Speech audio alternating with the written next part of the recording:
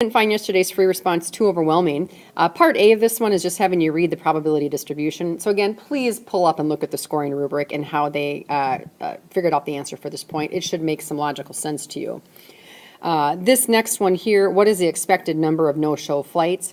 So you have to remember how to find the expected value of the distribution. Again, look at the scoring rubric. Part C on this one, if you take a look at it, is a conditional probability problem. So again, the scoring rubric should be hopefully clear on that one, but please let me know if you have any questions on this problem and I will help give you some more insight. Let's go into our day 12 concept, which is going to be looking at chapter 7 now. Now chapter 7 was the last of the probability topics, and it was talking about sampling distributions. And it first started off in section 7.1 talking about statistics, which is from our actual data that we get versus the parameters, which is our population goals that we think are going to be true. Section 7.2 was talking more about our categorical data, and categorical data is when we talked about at the proportions. So they introduced checking conditions. This is when that was first involved, and using normal probabilities for proportions. Section 3 was switching over to quantitative data, which is a test for the means, and introducing those conditions for that.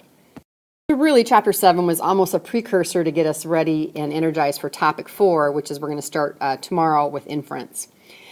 So talking about in section 7.1, I think the key thing to really address is a biased estimator and unbiased estimator.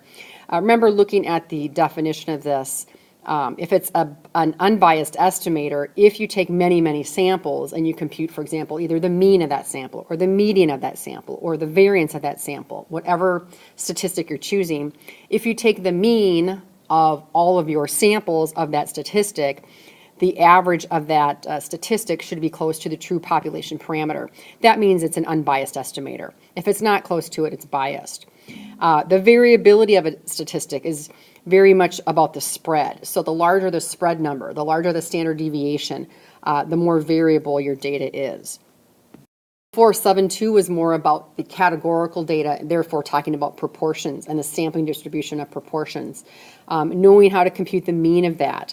The mean of it is going to be just the value of P of your parameter. The standard deviation is this formula that we have here. Make sure to start checking your conditions, which are going to be stated right here for the proportions. And in section 7.3, we are switching over to the means for that one. Again, a sampling distribution is we're taking many, many samples and recording the data. So we're making a new graph with each dot represents one complete distribution. It's the mean of that distribution, and we look at it.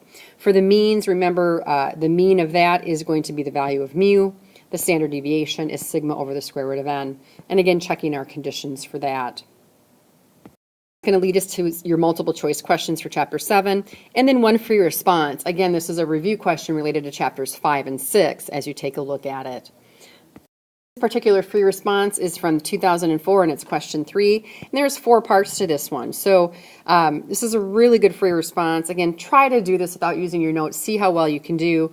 Go to the actual assignment, pull up the solutions, and look at the solutions for number 3.